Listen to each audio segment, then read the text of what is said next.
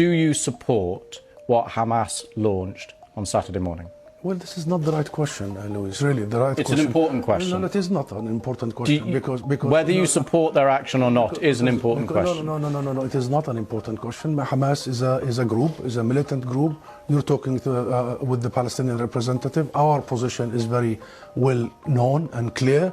And what is that? Do you support Hamas's actions? And then you cannot equate. This is not about support or not support. I am here to represent my people, the Palestinian people, what they are going through. I'm not here to condemn anybody.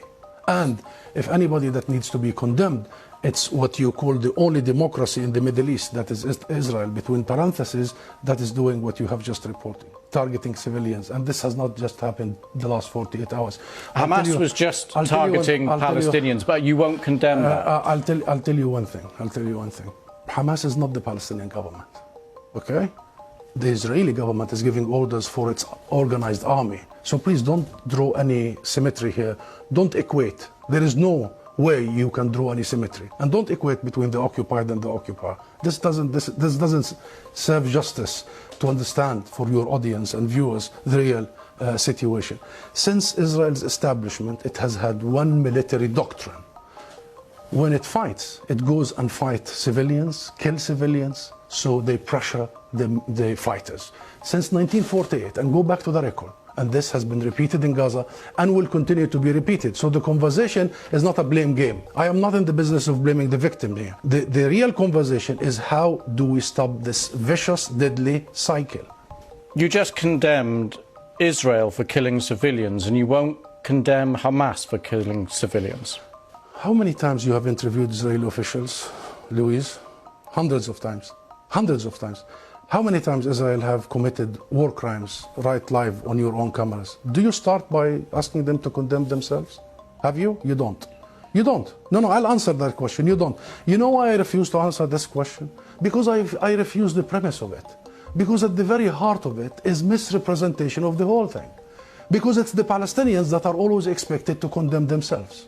I mean, come on, this is a political conflict. We have been denied our rights for a long time. So this is the wrong starting point. The right starting point is to focus on the root causes, is to try and get out of this extreme dark tunnel, as opposed to this business by BBC and the mainstream media for 75 years. You bring us here whenever there are Israelis who are killed. Did you bring me here when many Palestinians in the West Bank, more than 200 over the last few months?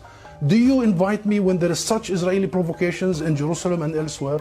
What Israelis have seen, which we started by saying tragic, the last 48 hours, the Palestinians see every day for the last 50 years. You know the situation in Gaza, you've just described it. This is the biggest open-air prison. Those people, 2 million, have been taken hostage by Israel for the last 16 years. So I'm saying this just to say, Louise, perhaps this is about time we abandon this rhetoric, very dangerous, this framework, and we start giving people the real ugly truth sometimes. What is the solution in your eyes? International law, that's it.